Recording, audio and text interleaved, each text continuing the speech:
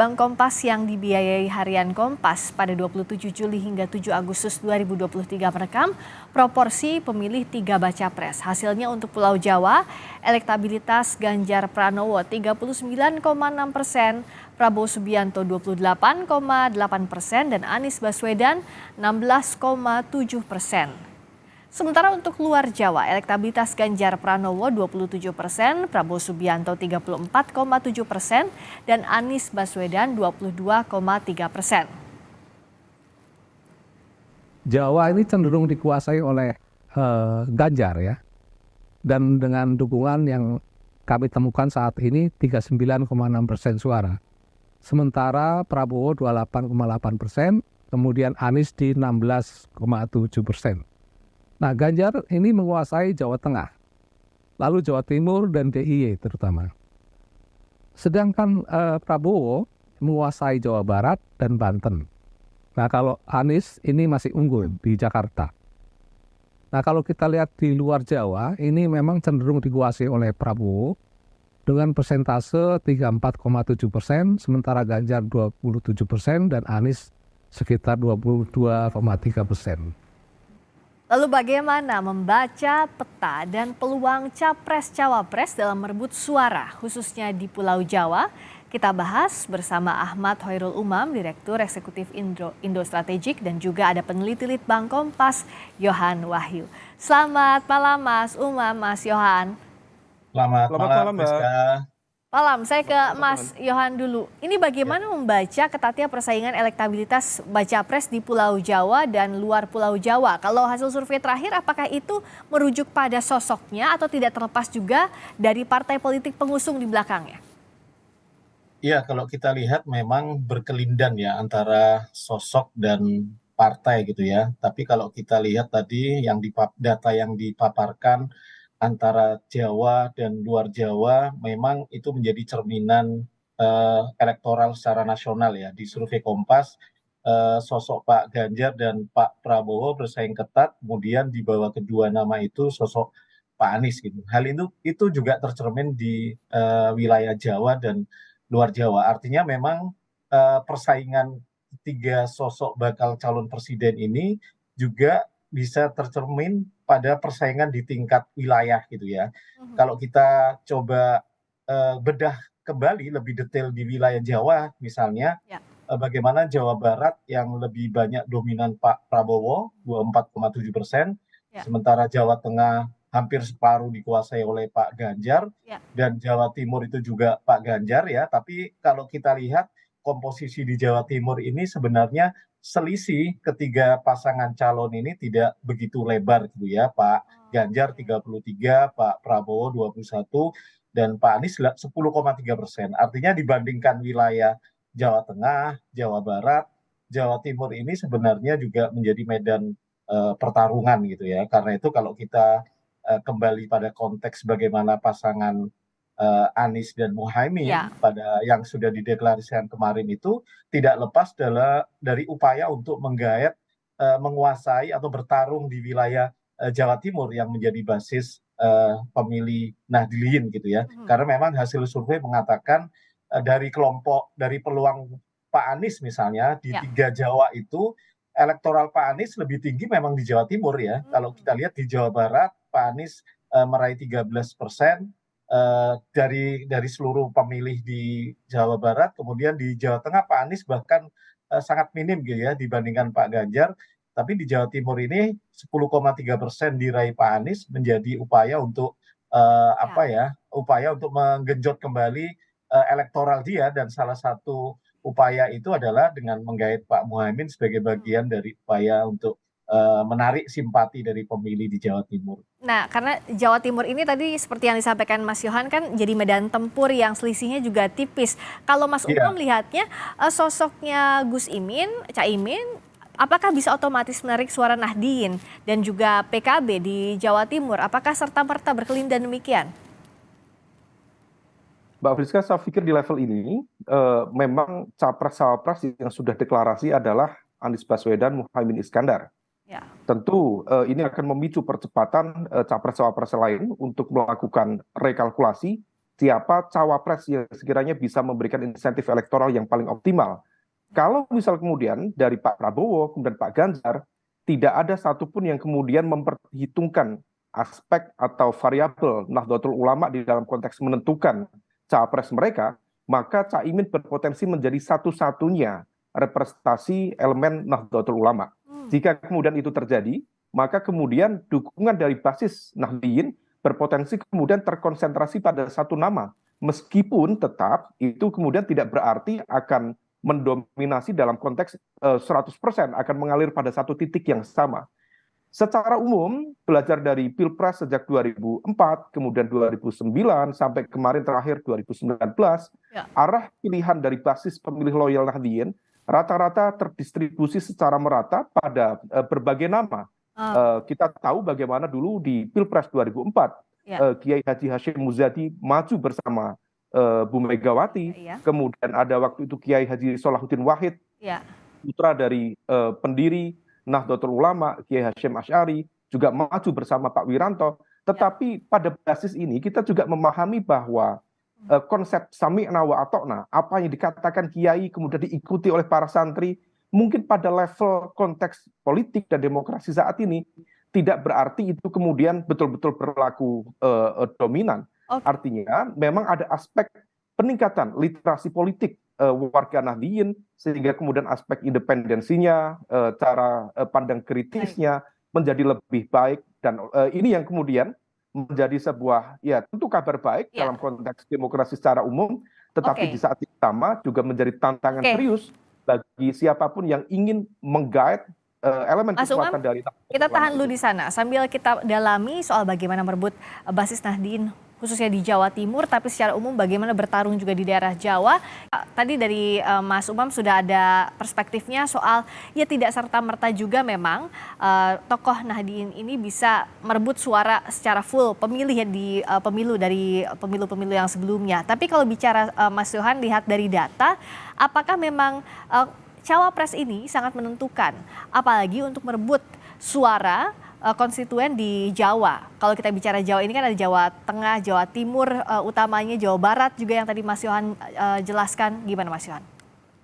Iya, kalau di survei kami ketika kita coba bandingkan ya, sosok siapa yang paling menjadi pertimbangan, apakah capres atau cawapres atau keduanya gitu ya. Memang sebagian besar menjawab keduanya, 60% ini menjawab kedua sosok itu menjadi pertimbangan, meskipun ketika dibandingkan antara sosok capres dan sosok cawapres, itu sosok capres memang lebih tinggi dibandingkan sosok cawapres gitu ya. Artinya apa? Memang pemilih kita itu memang masih bertumpu pada sosok capresnya dibandingkan cawapresnya. Itu yang pertama. Yang kedua, tingkat undecided voter ketika ditanya pilihan capres dan kemudian ditanya pertanyaan terpisah tentang cawapres, itu undecided voter, orang yang tidak menjawab itu lebih tinggi ketika pada pertanyaan cawapres gitu ya.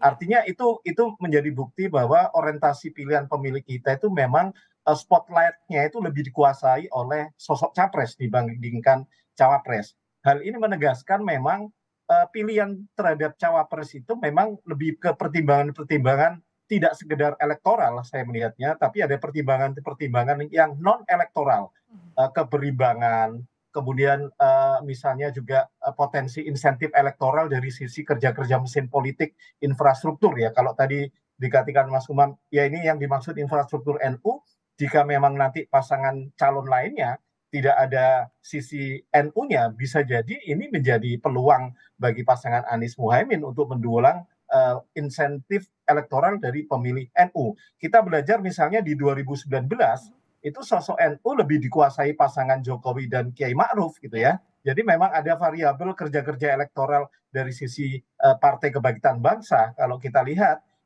insentif pemilih NU terhadap PKB kalau dari survei Kompas itu sebenarnya ada arah yang meningkat gitu ya. Kalau kita lihat misalnya di survei kita Agustus 2023 ini, dari total responden berlatar belakang NU misalnya, itu secara nasional PKB mendulang suara 10,2%.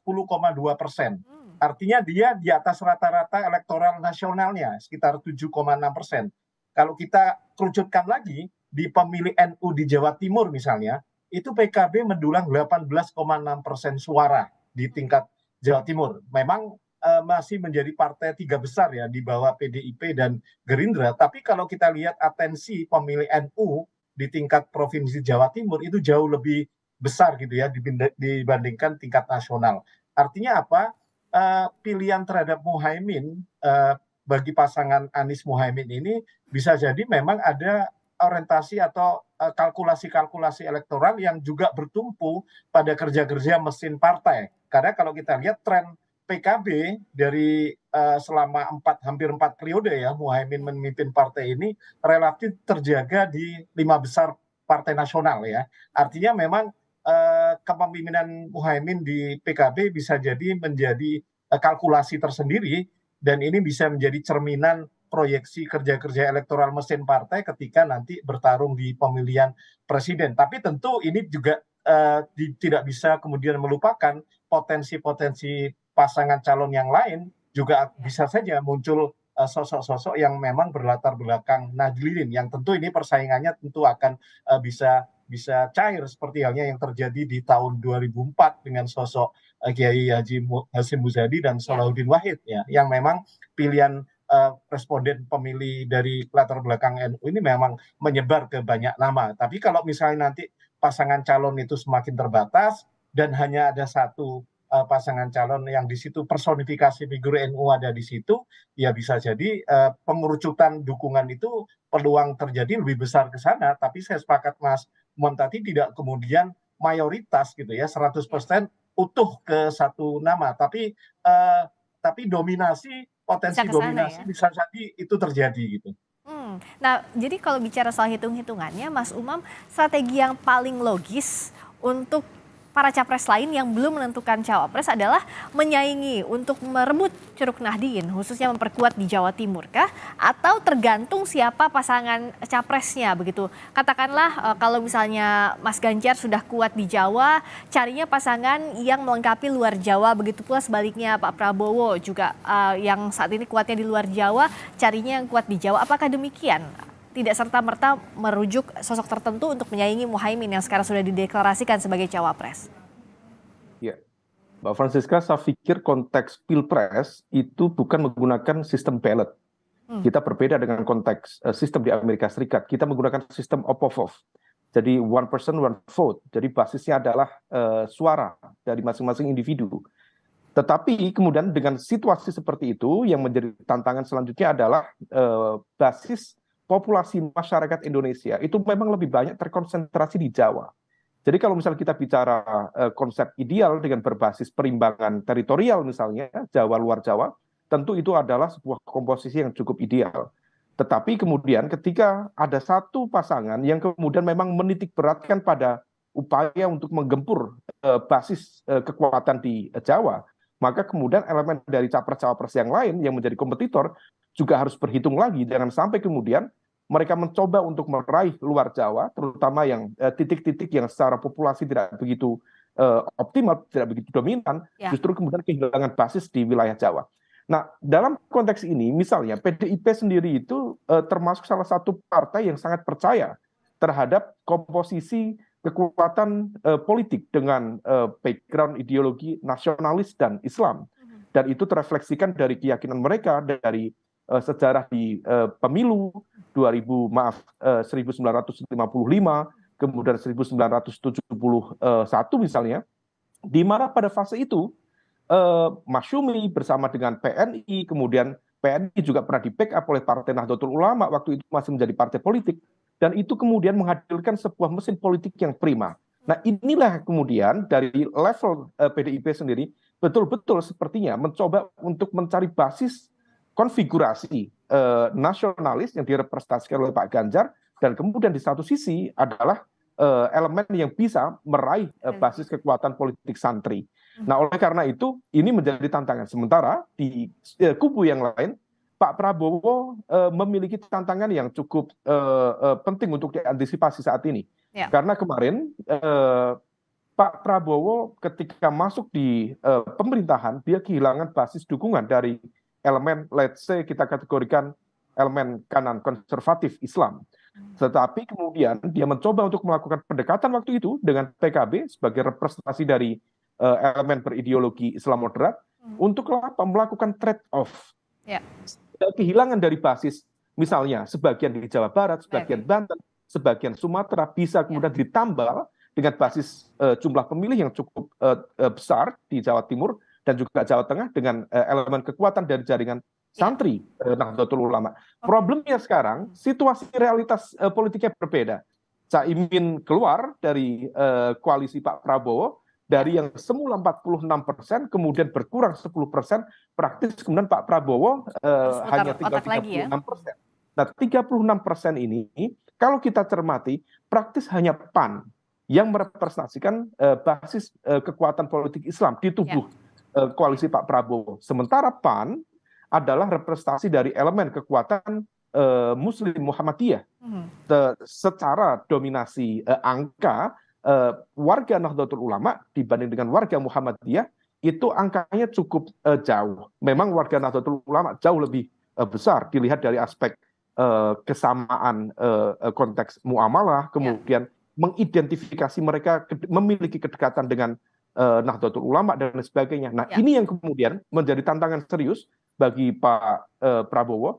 Jika kemudian Pak Prabowo masih percaya pada konteks trade-off kekuatan suara Islam, maka perlu mempertimbangkan kembali siapa cawapres yang sekiranya bisa memberikan insentif elektoral, terutama dari sel-sel kekuatan politik Islam di sekitarnya. Barangkali Pak Erick Thohir bisa menjadi opsi, meskipun ada juga kemudian nada-nada sumir dari sebagian kalangan. Pak Erick Thohir itu Nahdlatul Ulama, tetapi dengan kategori naturalisasi, yang kemudian dikhawatirkan realisasi dukungan pada level grassroots dikhawatirkan kurang optimal. Tetapi bagaimanapun juga dia sudah membangun komunikasi dengan PBNU, dengan sel-sel yang ada kemarin misalnya di acara di Sidoarjo, dan itu akan menjadi sebuah pertimbangan penting dan menarik untuk kita cermati bersama selanjutnya, Mbak Francisca. Menarik untuk kita membaca selanjutnya bagaimana hitung-hitungan ulang dari masing-masing koalisi pasca deklarasi Anies Mohaimin yang otomatis mengubah peta persaingan politik khususnya di Pulau Jawa, kalau bisa spesifik lagi di Jawa Timur. Kita akan nantikan bersama ke depannya. Terima kasih Mas Umam, Ahmad Hoirul Umam, Direktur Eksekutif Indo Strategik, dan juga Mas Yohan Wahyu, peneliti Litbang Kompas. Terima kasih banyak. Selamat malam. Terima kasih.